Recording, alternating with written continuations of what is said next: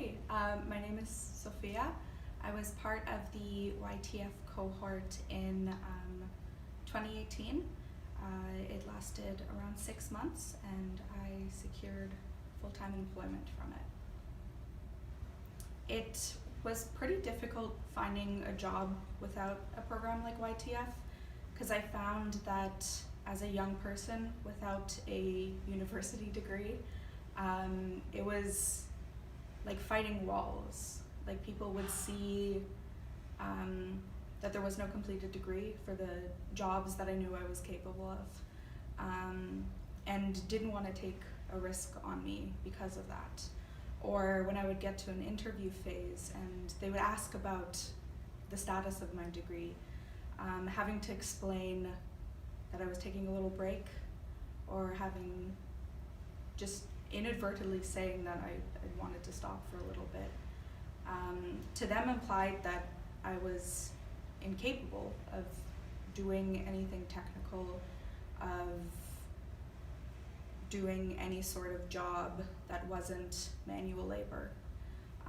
So I knew I wanted to showcase my talents in ways that I was systemically kind of barred from my lack of university degree, which I think kind of speaks more towards the culture of exclusion from higher education.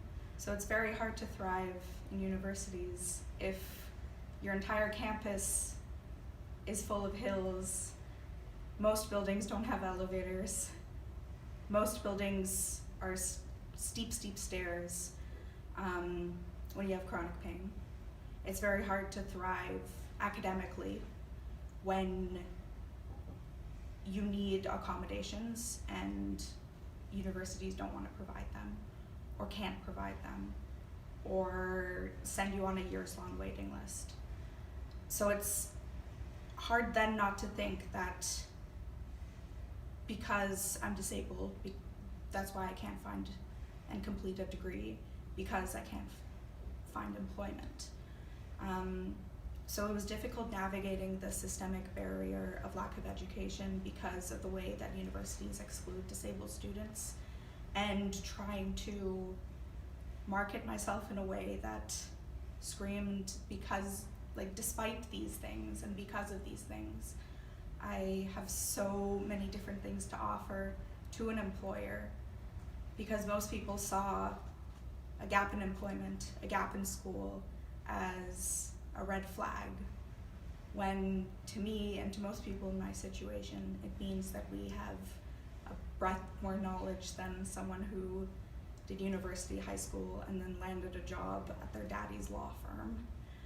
It's extremely hard being a disabled person of like marginalized genders to secure employment, to find employment, to advocate for our capabilities, because when people see those words, they're immediately turned off.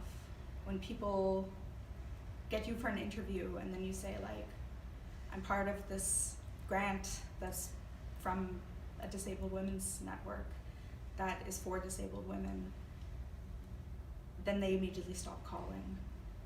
It's difficult to manage this with my privileges, and even harder to manage if I was more visibly marginalized, like if I was in a chair or if I was racially marginalized. And a lot of this struggle is just so unnecessary, because employers shouldn't favor the able-bodied, rich, white dude that had everything handed to him. And while that experience does bring certain perspectives, if a company or an organization is only those guys, they lose so many unique perspectives that can bring life into a workplace or an organization or just anything.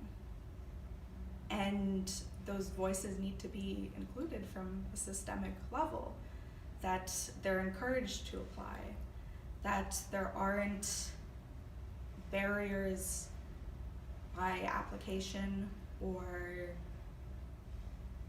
ghosting by employers when they realize that the person that they envisioned while reading a certain resume or set of skills is not the person that showed up to the interview.